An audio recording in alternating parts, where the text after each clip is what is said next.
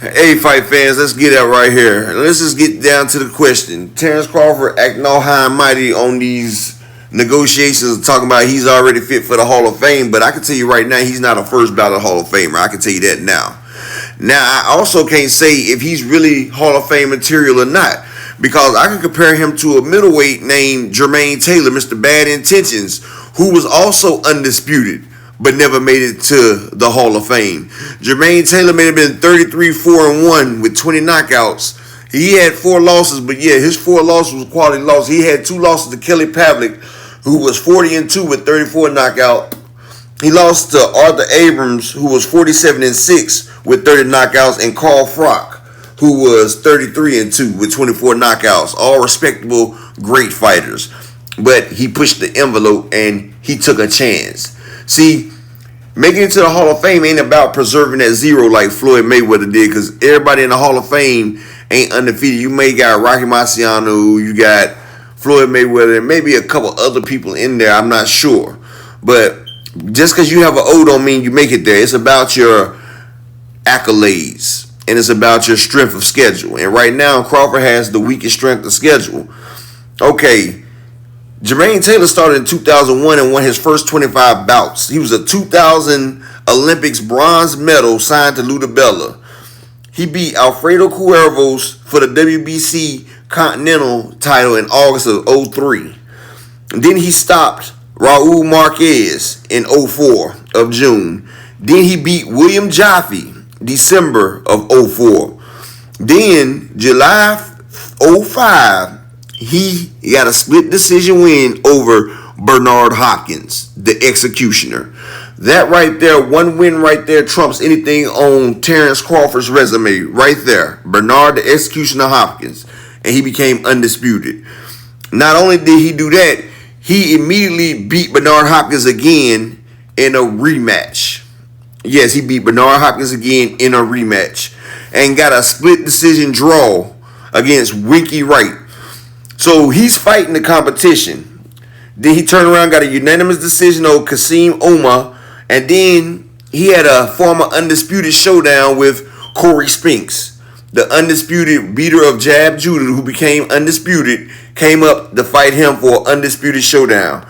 He had a split decision win over Corey Spinks in May of 07. So yes, he has the fighters, he has the victories, even though he has the 4 losses. Like, he lost twice to Kelly Pavlik, who was 40-2 with 34 knockouts. He lost to Arthur Abrams, who was 47-6 with 30 knockouts, and Carl Froch, who was 33-2 with 24 knockouts. And he had 2 careers because of a brain injury and such. Jermain Taylor took a break from boxing, but he came back. And when he did come back, he defeated Jeff Lacey.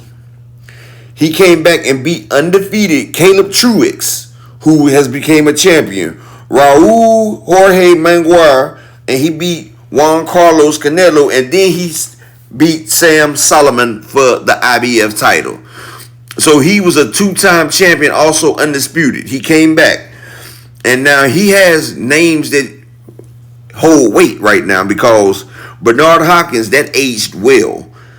Corey Spinks aged well. Jeff Lacey aged well. Truex aged well. Like, now if we look at Crawford's notable wins, Gamboa was a great win, but now it doesn't age well because in his past, Gamboa has been getting beat by everybody now. But when Crawford beat him, it was a very great win. Ricky Burns was an okay win, and Dongo was an okay win, but they ain't holding up because they got whipped afterwards. Like, the only notable wins Crawford has is a washed Kell Brooks and Amir Khan and Sean Porter. All 2 of them, Earl Spence beat first and beat badly. But Amir Khan was already washed, but he just got him for namesake.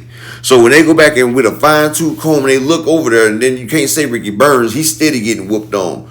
So he got Gamboa, Ricky Burns, Kell Brooks, Sean Porter, and he got, would you say Ndongo? No. So you look at, he got 5 good people on his resume who didn't age well, and the 2 of them was after Earl Spence done took their titles away. So they really wasn't fighting for much because they lost their titles and they was both 1 foot out the door.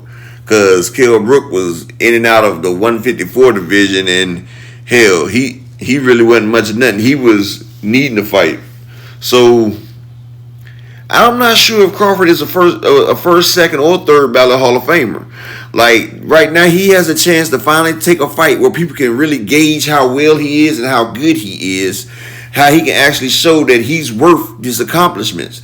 That's why he keeps getting jumped on in the pound for pound discussion. Whenever somebody takes a tough fight and they win, they always jump to number one ahead of Crawford because he doesn't have the strength of schedule.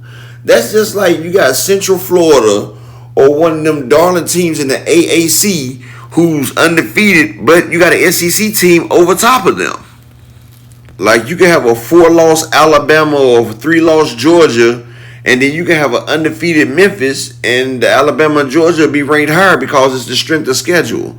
And Crawford really hasn't fought nobody that'll push him to the limit. Like most of the people you don't really know understand because, like Bob Arum says, they got the best matchmakers around over there. And I'm not taking that away from Crawford because, you know, he beat the people that was putting the ring against him, which is what he was supposed to do. But now he actually has a fight where he gets to showcase his skills, where he gets to test his mettle, and now it's a big holdup. And Bob Arum said it's hard to get Crawford to sign a deal. But Crawford was hunting and coming forward the deal when Earl was looking subpar. And now Earl's back on his Dean. Earl's back on his Grizzy. He's back on his grind. He looking like the way he did versus Lamont Peterson and Kell Brook. Now this is a dangerous Earl Spence. And now Crawford's starting to think it over. Like, hold up. This right here is something I wouldn't expect it. See, he was there at the Danny Garcia fight because Earl had just got out of a car accident. And, you know, it was his first fight back. And so he see Earl was in tip-top shape. So he was at the Danny Garcia fight ready. But when he started hearing the rumors that Earl was back in action, you see he didn't come to the Ugas fight because all eyes would have been on him. And he would have got called to that ring and it would have been nothing he can do. He couldn't avoid that. So he's a very smart man. Now, that's one thing about Crawford. He is very smart and he know how to hedge his bets. And he realized this Spence right here isn't the same one before the accident who wasn't taking boxing seriously. Because now Spence is dialed in and he's focused. He's ready. He's got that razor's edge. He's trying to go ahead and clean up the division, move on up to 154 to become a multi-belt divisional champion.